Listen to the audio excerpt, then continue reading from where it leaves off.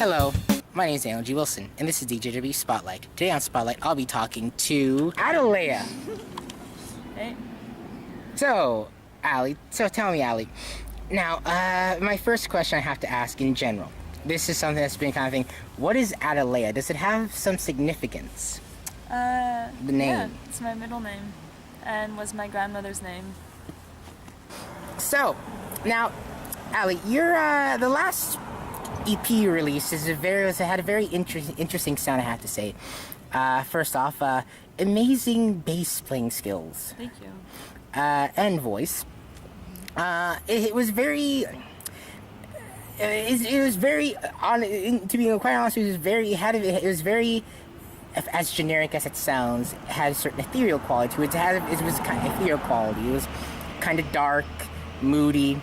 It was kind of like something you listen to on a cold winter night when you want to kind of just absorb the emotion that comes from a cold winter night. But also very emotional in general. Now, I also know that on your next release, you are going for more, and you have been going for more recently, shall we say, a more harder edge sound. Mm-hmm. So I say moving away from the more, I guess, dreamy kind of vibe into a kind of more of a gut punch kind of vibe. Why is it that you've decided to kind of move away so early as well from what was, again, a very good sound you repeat to kind of a 180 while still keeping that, shall we say, exquisite musicianship? Well, thank you for the exquisite musicianship part. But I think I was looking for more energy that I felt I couldn't get with the upright bass, and I realized that I was writing mostly, the new songs were mostly written on guitar, and I guess I just felt like the bass kind of lost its place in the music and the band, and I knew that if I wanted like that raw energy, then I needed to have electric bass, and things happened within the band that led me to like play guitar myself. So yeah. That, I think it was just, but mostly just like, yeah, raw energy. I wanted that energy. I wanted that power that I couldn't get with the upright bass. Everything just sounds so beautiful with the upright bass, and it's great. It fits for a certain thing, but I was searching for something a little bit harder. Makes sense. I guess you kind of went the Jaco Pastorius way, except you were in Florida and your bass didn't get destroyed. And yeah, I was never. Yeah. I don't think I could ever be as good as Jaco, but. Jaco. I don't think Jaco wrote lyrics or wrote his own lyrics. So, did he? I don't know.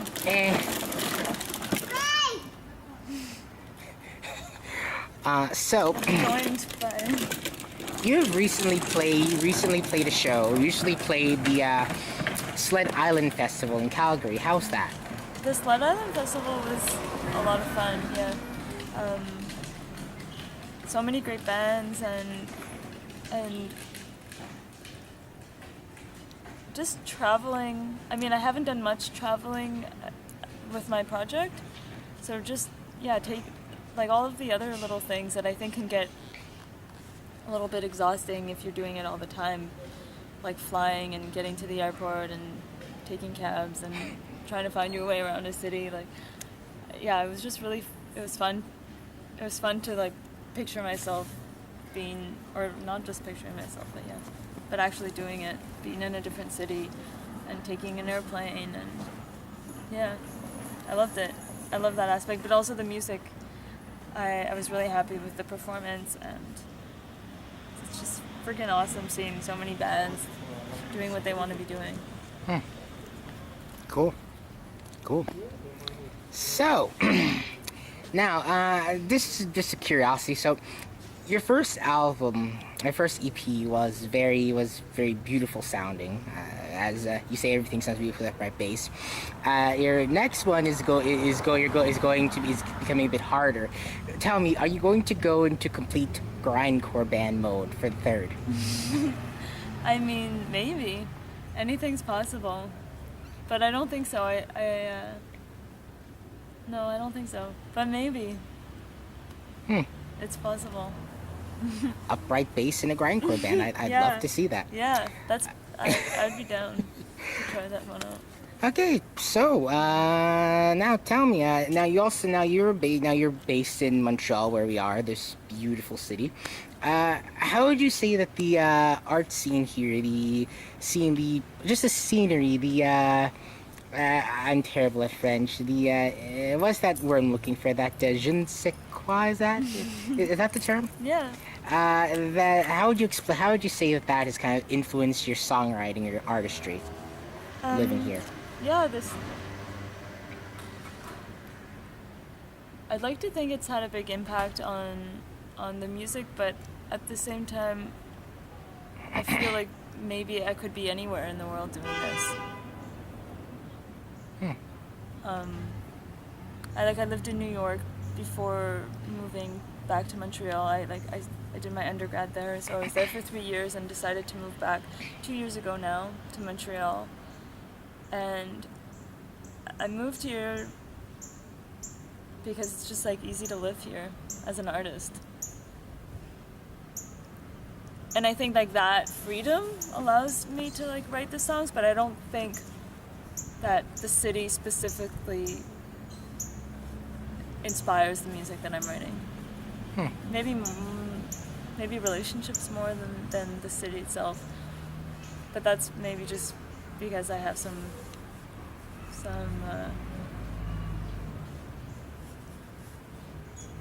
growing to do in a way to like be inspired by a city. I feel like the only city I've really been inspired, I haven't done much traveling, but the only city that has really inspired me is New York and the people that live in New York. So yeah, maybe it'll come where I start looking at Montreal a little bit more. I've noticed. Well, a lot of your songs have a certain more introspective quality to it. So, I'd be very curious to know how you would view a city from any city in general from an internal perspective. Mm-hmm. How you just internalize what you see and what's around you and stuff like that. So, I'll be curious to see what weird songs you write about cities eventually. Yeah. I just need to get out of my house, I guess. And getting Talk out to some people. Shit. and getting out of your house is overrated. Okay. So, what major plans do you have in the future at Curiosity with Atalaya? What are your hopes with the project? My hopes. I hope to keep on doing this for a really freaking long time. To write songs, to play them on radio shows, to tour the world, to open for bands like Line of Talk or Big Thief. These are my plans. These are my dreams. But really just to keep on making honest music and not be too concerned about what other people think. I think I need to remind myself of that. Well, I mean, you're accomplishing some of those. I mean, you are about to do a Bob Dylan 180 on us all. I'm excited for that, to be honest with you. To open for Bob Dylan. Yeah. Now, this is another question. So, as an upright bass player, tell me, what's the hardest part about lugging an upright bass around? The hardest part about lugging it around is lugging it around. It's like, I think the hardest part is other people, actually. Ugh. But this is the thing, since I've started playing guitar, I haven't played upright bass since December of 2016. Wow. So it's been a while. It's the longest I've gone without playing upright bass. I'd like to think it's a hiatus, but maybe it's not. But definitely the hardest part was in the winters when there's like, I don't know, so much friggin' snow and I'm like dragging it across and there's a snowstorm and then I have to take the bus. But I don't have to deal with that shit anymore. I have a little guitar that I carry on my back. I just carry a I just carry a Paula guitar, the size guitar with me whenever I'm not even playing electric. It's beautiful, isn't it? It's a beautiful world and you don't have an upright bass. Yeah, but it makes things sound beautiful though. Man, the songwriting makes anything sound beautiful. It's like how everyone associates the saxophone with jazz. But then you could literally play anything in the saxophone and people always think it's jazz because it's a saxophone. Yeah. Yeah, and PJ Harvey on saxophone. Yeah.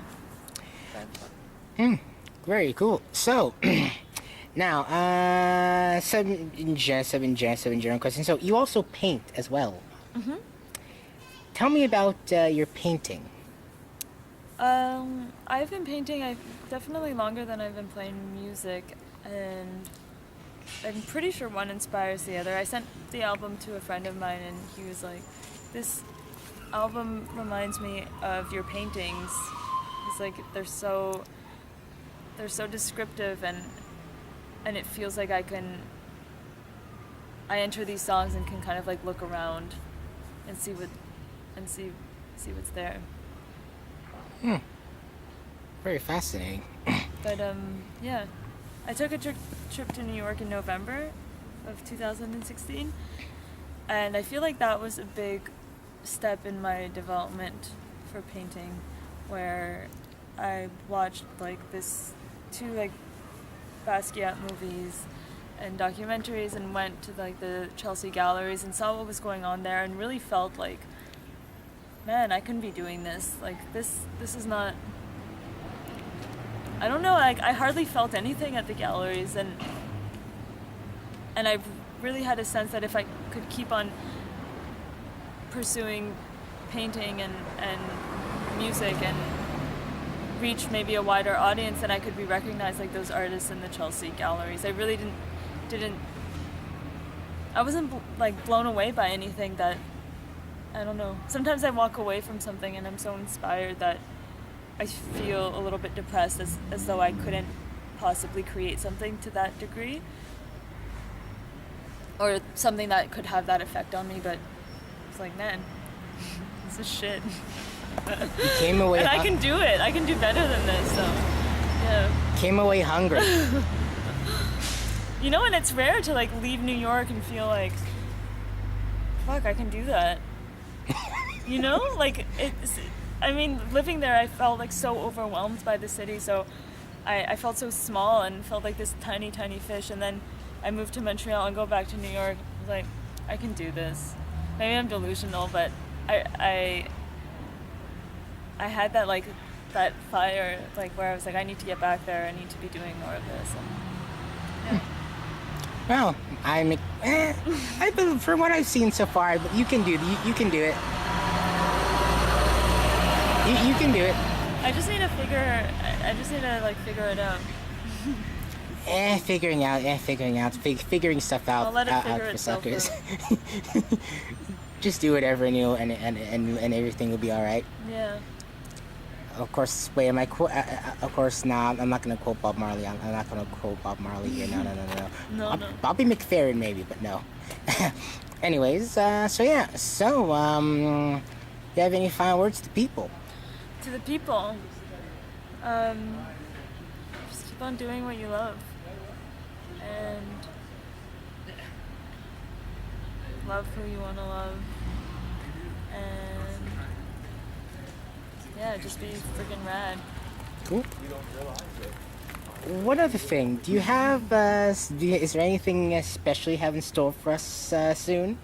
Anything unique we should check out? Some tricks? No, I don't know. Anything that you should check out? Well, the album that's gonna come out soon, that's for sure. Something, maybe some music videos with that, or will you be coming around the GTA anytime soon? Anytime soon. I don't have any plans to do so yet, but when the album's out, for sure. Yeah, for sure we'll do a tour. Well, I'm excited. I'll be excited to see you. I'll be excited to see you. All right. Well, thank you.